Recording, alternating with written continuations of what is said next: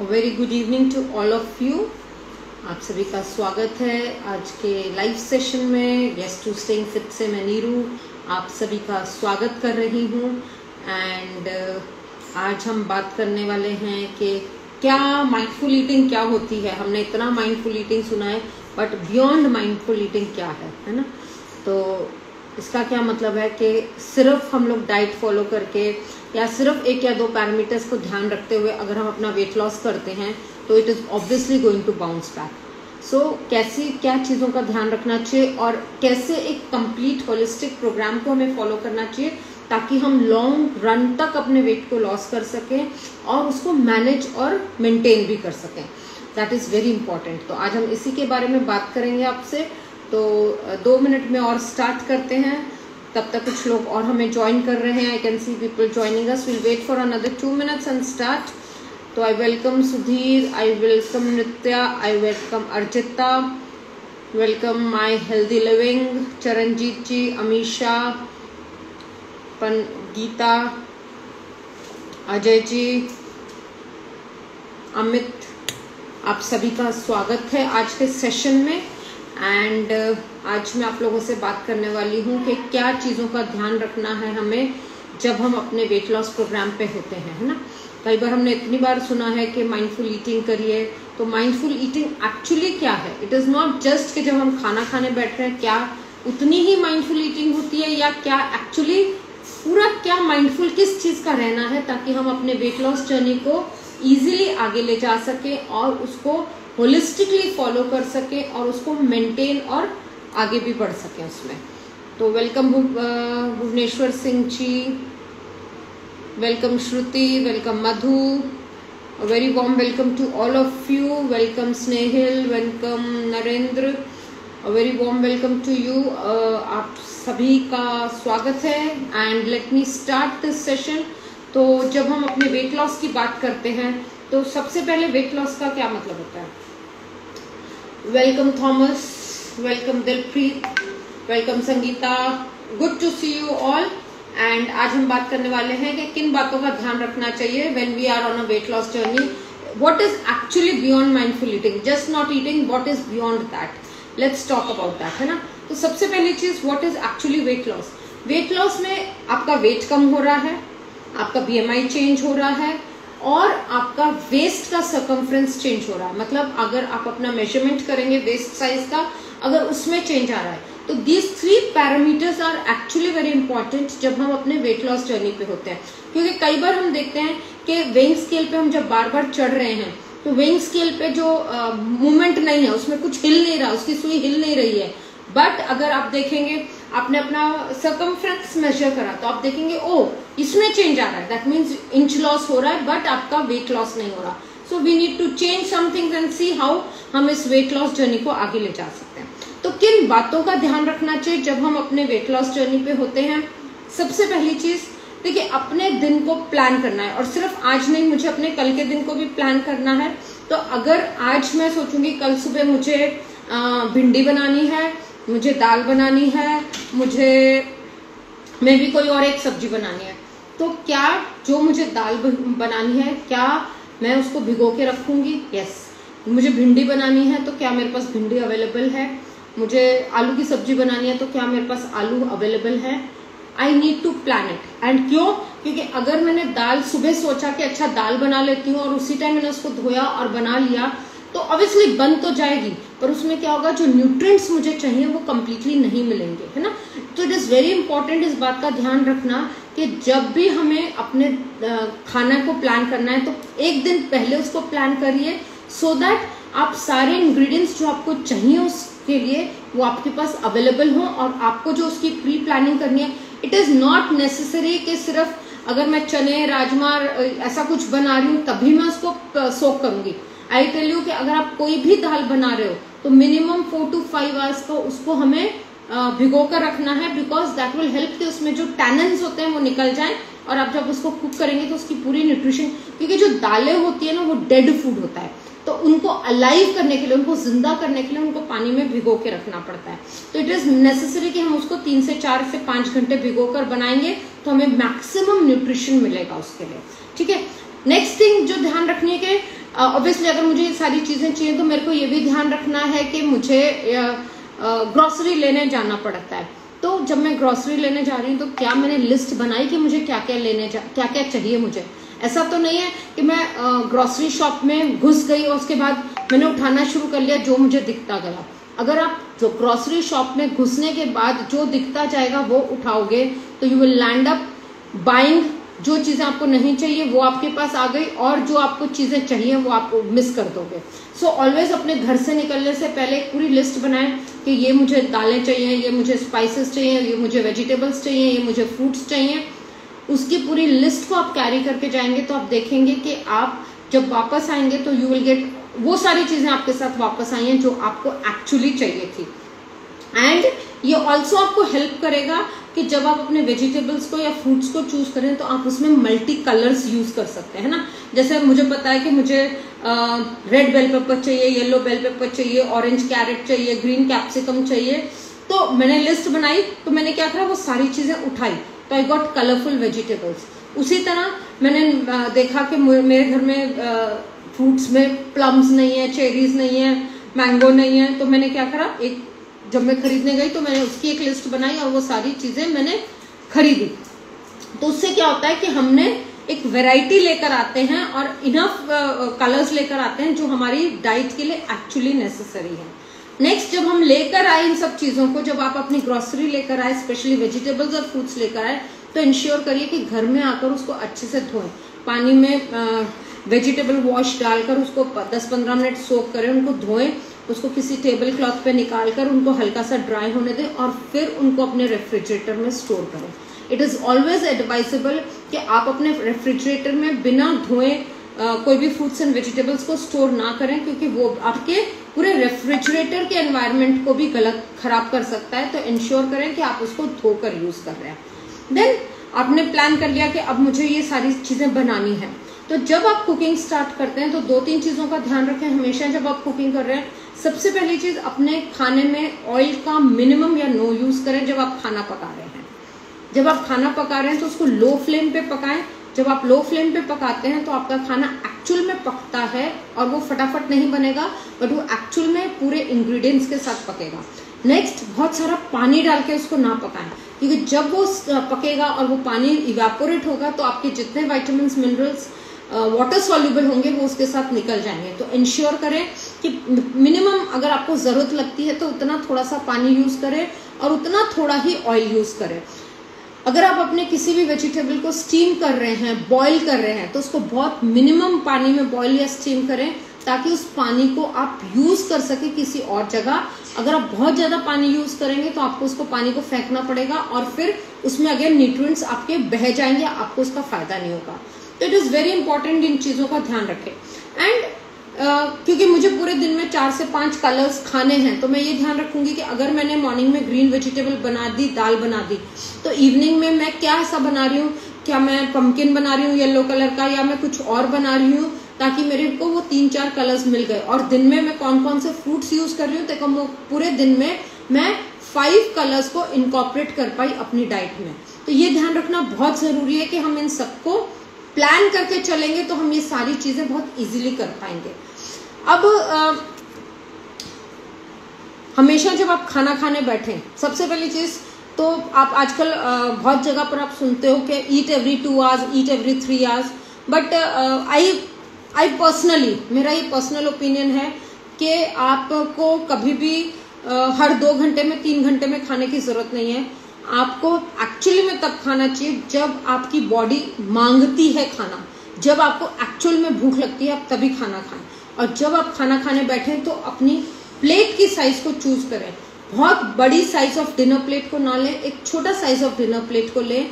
वो आपको हेल्प करता है कि आपकी छोटी प्लेट में आप जब सारी चीजें रखते हैं तो वो ज्यादा भरी हुई लगती है, और जब वो ज्यादा भरी हुई लगती है तो आपका माइंड ये कंसीव कर लेता है कि हाँ मैंने इनफ खाना खाया। लेकिन जब हमारी प्लेट भरी बहुत बड़ी होती है और हम उसमें थोड़ी थोड़ी चीजें रखते हैं तो क्या होता है, आपने इक्वल क्वांटिटी छोटी प्लेट में रखी और इक्वल क्वांटिटी बहुत बड़ी प्लेट में रखी, तो क्या होता है बड़ी प्लेट आपको खाली दिखती है और आपका माइंड ऐसा कंसीव कर लेता है कि मैंने बहुत कम खाना खाया है, तो क्या करेगा वो बहुत जल्दी आपको दोबारा भूख लग जाएगी। तो प्लेट के साइज को हमेशा ध्यान में रखें जब आप अपने खाने को चूज कर रहे हैं।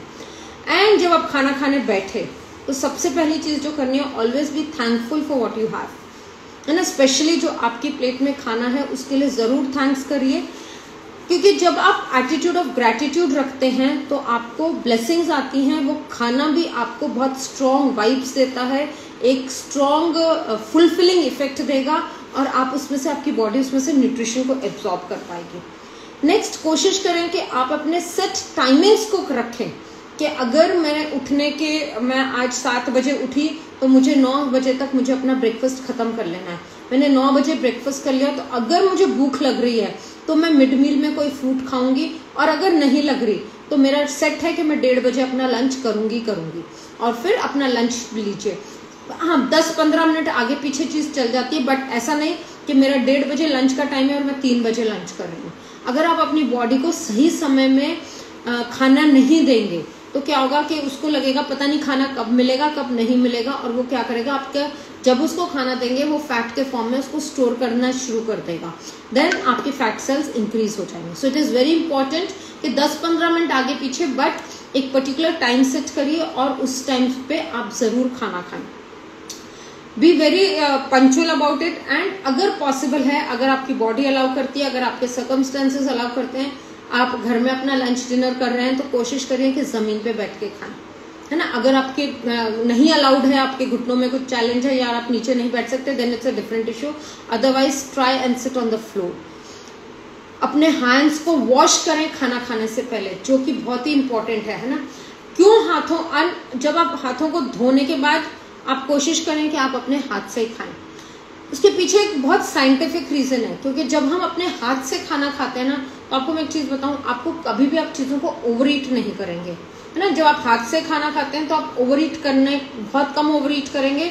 साइकोलॉजिकली क्या होता है कि आप ध्यान देते हैं कि आपने हाथ से खाना लिया, वो मुंह में गया, तो ये साइकोलॉजिकली आपको पता चलता रहता है कि एक्चुअली क्या हो रहा है ना। नहीं तो क्या होता है, जब हम चम्मच से या फोक से खा रहे हैं तो आपने क्या करा, खाया, मुंह में वो जल्दी से चबाया, दूसरा डाला, तीसरा डाला, एंड यू डोंट रियलाइज कि आपको कितना चाहिए। आप ओवर ईट कर लेते हैं जब आप फोक स्पून से खा रहे हैं। अच्छा, अगर बाय द वे आपको लगता है कि नहीं मैं हाथ से नहीं खा सकती, मुझे आदत नहीं है, अगर आप स्पून और फोक यूज कर रहे हैं खाना खाने के लिए, तो कोशिश करें कि एक बाइट खाने के बाद ना चम्मच को या अपने फोक को अपनी प्लेट में छोड़ दें। इमीडिएटली हाथ में नहीं रखें, उसको छोड़ दें और जो मुंह में है उसको चबाएं और फिर दोबारा से एक चम्मच भरें, फिर उसको चबाएं, फिर और रख दें। चम्मच को बार बार नीचे रखें और दोबारा से उठाएं। ये आपको हेल्प करेगा कि जो आपने खाना खाया उसको अच्छे से डाइजेस्ट करने में हेल्प करेगा। अब तो जब आप हाथ से खाना खाते हो ना, तो आपके माइंड को भी सिग्नल्स जाते हैं कि खाना आने वाला है, और वो उस तरह के कनेक्शन बना पाता है और वो आपको हार्मोन्स रिलीज करेगा और आपको एक जो आपका लेप्टिन हार्मोन है जो सिग्नल देगा ब्रेन को कि अब खाना आने वाला है, और जब आप फुल फील करेंगे आपको उसको छोड़ देना है। एंड बहुत स्लोली खाना खाएं, क्योंकि जब स्लोली खाना खाते हैं ना, क्या होता है कि जो ब्रेन को सिग्नल जाता है ना, वो एक्चुअली 15 से 20 मिनट लेता है सिग्नल जाने में। That means it is a delayed signal. तो जब आप बहुत जल्दी जल्दी खाते हो तो आप फुल तो पहले हो गए, लेकिन आप खाते गए क्योंकि सिग्नल नहीं गया ब्रेन को, और 5 मिनट या 10 मिनट बाद सिग्नल मिला ब्रेन को कि मेरा पेट भर गया है, तो क्या होगा, वो आप 10 मिनट या 5 मिनट जो आपने खाया वो ओवर ईट हो जाएगा। तो स्लो खाएंगे तो क्या होगा कि इमीडिएटली ब्रेन को सिग्नल मिलता जाएगा और आप ओवर ईट नहीं करेंगे। ठीक है।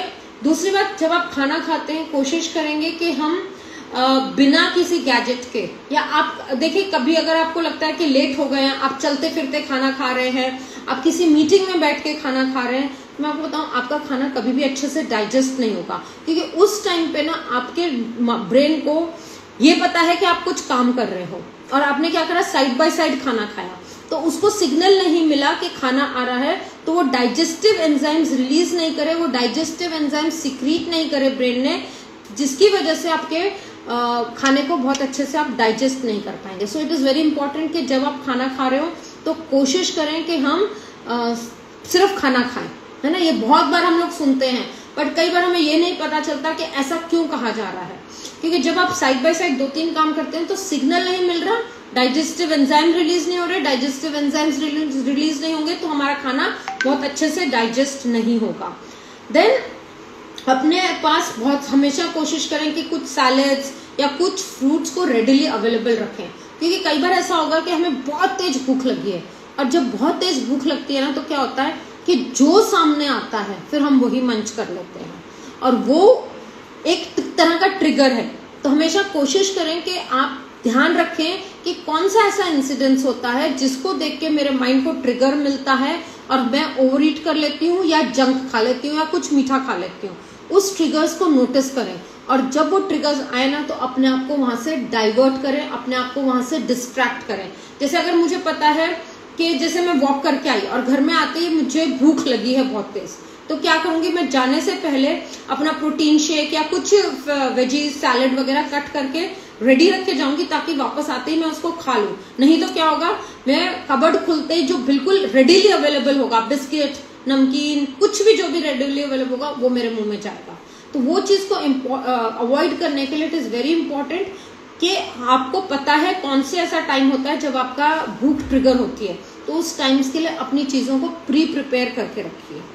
देन बहुत जरूरी है कि अगर आप किसी भी अपने वेट लॉस जर्नी पे हैं या फैट लॉस जर्नी पे हैं, तो जिस डिजायर्ड वेट पे आप जाना चाहते हैं, जो डिजायर्ड अपना फिगर आप देखना चाहते हैं, उसको विजुलाइज करना शुरू करें और उसमें विश्वास करना शुरू करें। कई बार क्या होता है, मैंने कोई डाइट प्लान फॉलो करा पर वो चला नहीं, मैंने एक्सरसाइजेस करी, वो कुछ टाइम वेट लॉस हुआ लेकिन फिर वो वापस आ गया। तो कई बार हमने ये कुछ ट्राई करा होता है और होता क्या है कि वो वापस आता चला जाता है, तो हमारा फेथ अपने ऊपर खत्म हो जाता है कि यार अब ये ट्राई तो कर रही हूँ, पता नहीं कुछ होगा कि नहीं होगा। अगर ये थॉट प्रोसेस से आप कोई भी नई चीज ट्राई करेंगे ना, तो लेट मी टेल यू वो इफेक्ट नहीं देगी। सो अपने माइंड को प्रिपेयर्ड रखिए, यस मैं ये नई चीज कर रही हूँ तो इससे मुझे रिजल्ट आएगा ही आएगा। I am ready and I am going to do everything जो मुझे डिजायर्ड रिजल्ट लेने के लिए करना है। तो सारी चीजें एज अ होल में करनी पड़ेंगी। स्लो खाइए, विदाउट डिस्ट्रैक्शन खाइए, अपने हंगर टाइम्स को, ट्रिगर्स को याद रखिए। हमेशा याद रखिए कौन सा ट्रू हंगर है, कौन सा फॉल्स हंगर है। कई बार मैं इतनी बिजी हूं कि मुझे लगता है कि मुझे भूख लग रही है और मैं स्नैकिंग कर देते हैं, लेकिन हमेशा कोशिश करें कि जब आपको ऐसा फीलिंग आता है तो पहले पानी का ग्लास पीजिए और चेक करिए कि एक्चुअली में आप हंग्री हैं कि नहीं। जब आप खाना खाते हैं तो अपने सारे सेंसेस को यूज करें, अपने आंखों से देखें क्या कलरफुल खाना है, अपना स्मेल लीजिए अपने खाने की, अपने खाने को फील करिए, अपने खाने के टेस्ट लीजिए। ये सारी चीजें जब आप करेंगे तो आप उस खाने को एंजॉय कर पाएंगे और वो आपकी बॉडी को एक्चुअली न्यूट्रिशन दे पाएगा, है ना।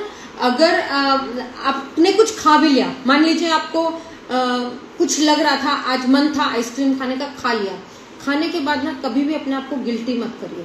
अगर आप गिल्टी महसूस करेंगे या अगर करेंगे तो आपको ऑब्वियसली वो नुकसान देगा, बट इसका मतलब ये भी नहीं है कि मैं रोज खा लूं और गिल्टी ना फील करूं।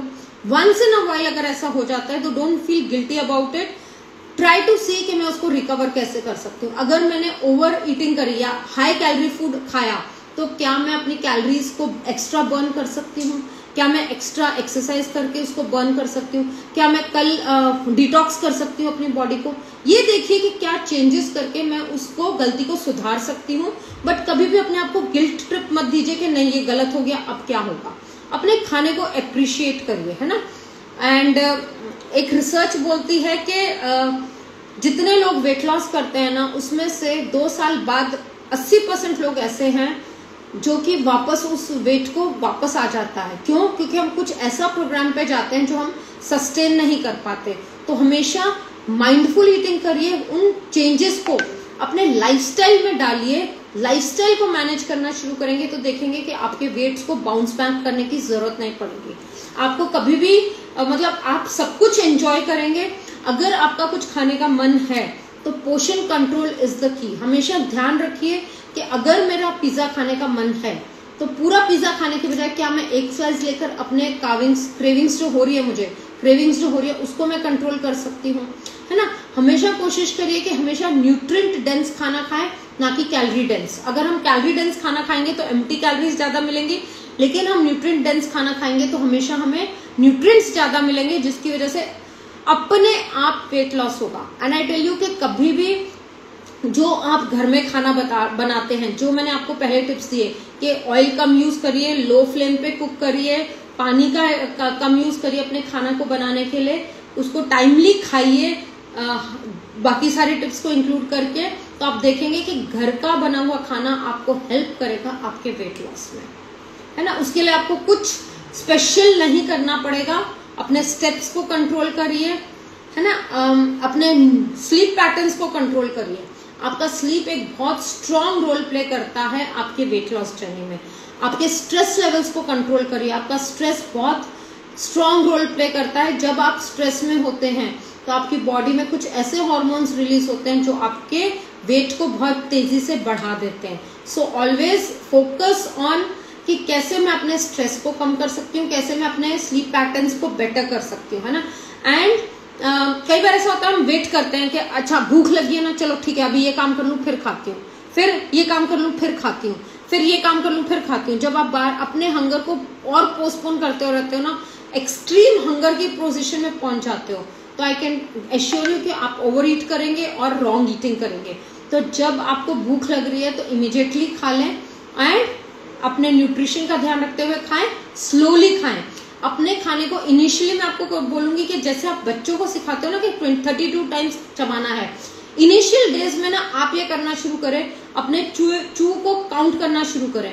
और आप देखेंगे जब आपने उसको शुरू करा ना तो पहला बाइट तो हो सकता है 3 या 5 काउंट में ही खत्म हो गया, लेकिन जब आप उसको प्रैक्टिस में डालेंगे ना तो आपका खाना चू करने की आदत पड़ जाएगी। और जब आप खाना बहुत अच्छे से चू करेंगे तो एक्चुअली जो आपका डाइजेशन है जो माउथ से स्टार्ट होता है वो एक्चुअली माउथ से स्टार्ट होगा, सलाइवा उसमें मिक्स होगा और आपका डाइजेशन बेटर होगा, वेट लॉस बेटर होगा।